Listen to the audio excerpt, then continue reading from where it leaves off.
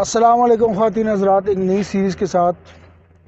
Hair बाल जो हैं ये सफ़ेद क्यों हो जाते हैं या ग्रे क्यों हो जाते हैं, इसकी रीज़न्स पे बात करेंगे और पॉसिबली इसके इलाज पे भी बात करेंगे और प्रिकॉशंस पे बात करेंगे कि क्या क्या चीज़ें हम करें तो ये नहीं हो सकता। तो ख़वातीन हज़रात, ये जो बाल सफ़ेद होने का मसला है, पहले डिस्क्लेमर दे दूं कि ये प्रोग्राम हम होम्योपैथिक स्टूडेंट्स के लिए या जूनियर डॉक्टर्स के लिए करते हैं। अगर किसी पेशेंट को कोई मसला हो तो अपने मौले से रब्ता करें या वॉइस नोट के थ्रू हमसे रब्ता कर सकते हैं। एज ए हेल्थ टीवी के नाम से हमारा ये चैनल है, इसको प्लीज़ सब्सक्राइब कर दें ताकि इस किस्म की मालूमात आप तक आती रहें। तो coming back to the point कि ये जो वाइट हेयर हैं इसकी वजह क्या है। बेसिकली अगर इसकी इटोलॉजी की बात करें तो जिस्म में एक पिगमेंट होता है जो कि मेलानिन कहलाता है। मैं स्क्रीन पे आपको डिस्प्ले भी करवा देता हूँ उसका स्पेलिंग ताकि आपको लोगों को याद रहे। तो ये मेलानिन या ये जो पिगमेंट है, जब ये डिस्टर्ब होता है, इसकी जब कमी होती है तो फिर वाइटनिंग ऑफ हेयर या ग्रेइंग ऑफ हेयर, यानी कि बाल या सुनहरी हो जाते हैं या वाइट हो जाते हैं, तो इसको हम वाइट हेयर का नाम देते हैं। अच्छा, ये जो मेलानिन है ये जिल्द के नीचे मेलानोसाइट्स सेल्स होते हैं और ये सेल्स ये पिगमेंट प्रोड्यूस करते हैं। तो अगर किसी वजह से ये सेल्स, ये जो मेलानोसाइट्स सेल्स हैं, ये ना पिगमेंट प्रोड्यूस कर पाए मेलानिन, तो उसकी वजह से ख़राबी भी पैदा होती है। तो बात करते हैं कि इसकी पॉसिबल रीज़न्स क्या हो सकती हैं। अगर आपके जीन्स में ये मसला है, यानी कि जेनेटिक इशू है, आपके वालिदैन में या आपके ख़ानदान में अगर ये हिस्ट्री है, तो ये क्वाइट पॉसिबल कि ये आप में ट्रांसफ़र हो जाए। उसके बाद पाकिस्तान में रहते हुए आप स्ट्रेस ना लें, ये हो नहीं सकता। तो स्ट्रेस भी इसकी एक बहुत बड़ी रीज़न हो सकती है। स्ट्रेस की वजह से होता क्या है, जो आपके फ्री रेडिकल्स हैं ये जिस्म में बढ़ जाते हैं और जो अनस्टेबल मॉलिक्यूल्स हैं ये बढ़ जाते हैं।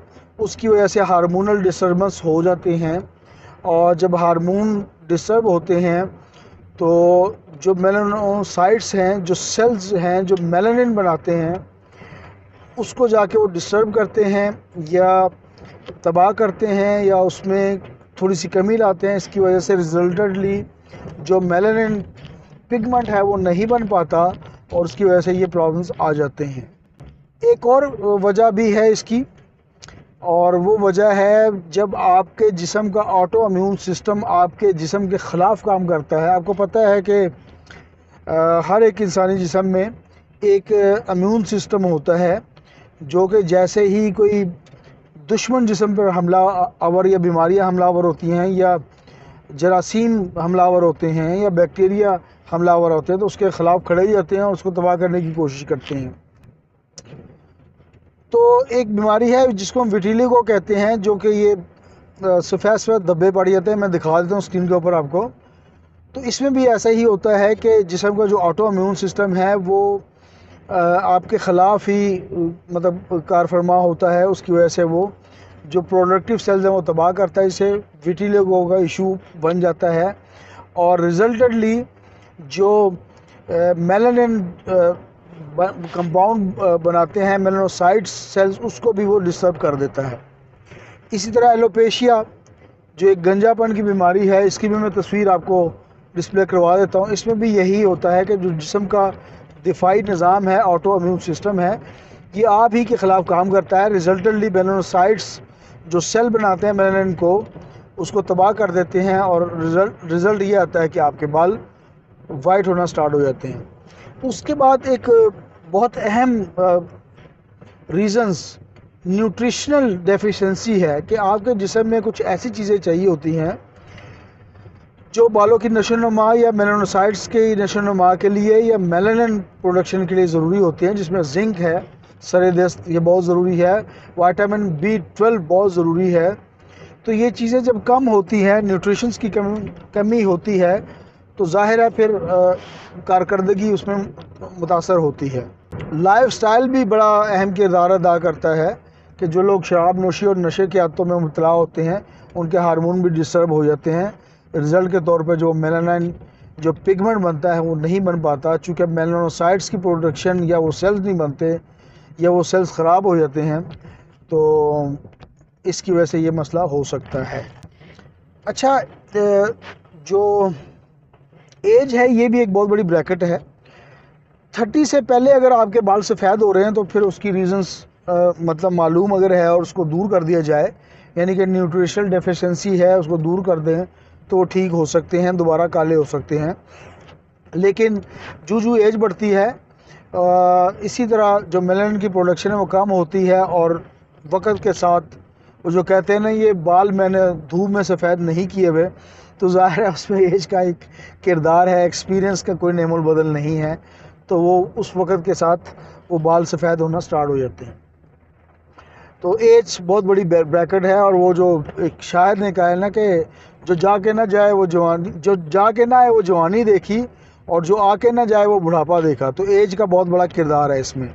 अच्छा, इसमें कुछ ग़िज़ाएँ ऐसी हैं जो मैं मना करता हूँ। उसमें जो ये हाई प्रोसेस्ड फूड होते हैं इसमें हाई सोडियम होता है, यानी कि जो चीज़ें आप फ्रीज़ करके खाते हैं या बाज़ार से लेते हैं फ्रोज़न, आप उसको फूड कह लें, तो ये हाईली प्रोसेस्ड होते हैं, इसमें सोडियम की मकदार ज़्यादा होती है, तो ये सेहत के लिए ठीक नहीं है। उसके बाद ये जो शुगरी ग़िज़ाएँ होती हैं जिसमें शुगर कंटेंट्स बहुत ज़्यादा होते हैं, जो मोटा करने वाली ग़िज़ाएँ होती हैं, शुगर या कार्बोहाइड्रेट्स बेस ज़्यादा होता है, इसको भी अवॉइड करें। ये भी सेहत के लिए, ये बालों की नशोनुमा के लिए ठीक नहीं है। और ऐसी ग़िज़ाएँ जो कि लो हैं एंटीऑक्सीडेंट में, आपको पता है एंटीऑक्सीडेंट जो ग़िज़ाएँ होती हैं वो वज़न को कंट्रोल करने में, शुगर को कंट्रोल करने में अहम किरदार अदा करती हैं। तो जो ग़िज़ाएँ जो लो हैं, कम हैं, एंटीऑक्सीडेंट नहीं हैं, तो वो भी आप लोगों ने परहेज़ करना है।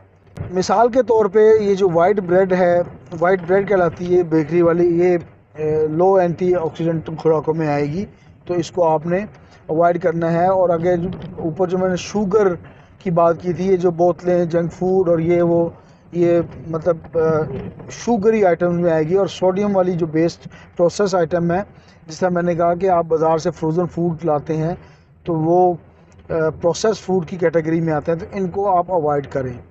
अब बात करते हैं जी होम्योपैथिक मोड ऑफ़ ट्रीटमेंट की। तो होम्योपैथी आपको पता है कि ये सिम्टम से बेस करती है, तो जहाँ पे मैदे के मसले हों, साथ में डाइजेस्टिव ट्रैक के मसाइल हों, वहाँ पर लाइकोपोडियम एक बहुत अच्छी मेडिसिन है, 30 में काम करेगी। सुबह दोपहर शाम 5 से 7 कतरे ओरल ले लें, यानी कि मुंह पे उंडेल लें, ज़ुबान पे उंडेल लें, या 8 से 12 कतरे आप थोड़े से पानी में ले लें, तो इंशाल्लाह ताला अल्लाह ताला शिफा देगा।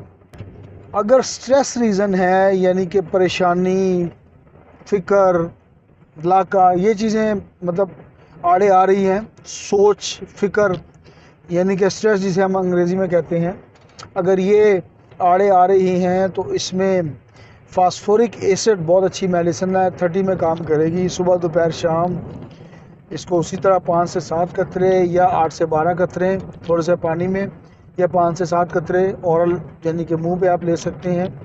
तो स्ट्रेस जहाँ पे रीज़न्स होगी तो फास्फोरिक एसिड अच्छा काम करे।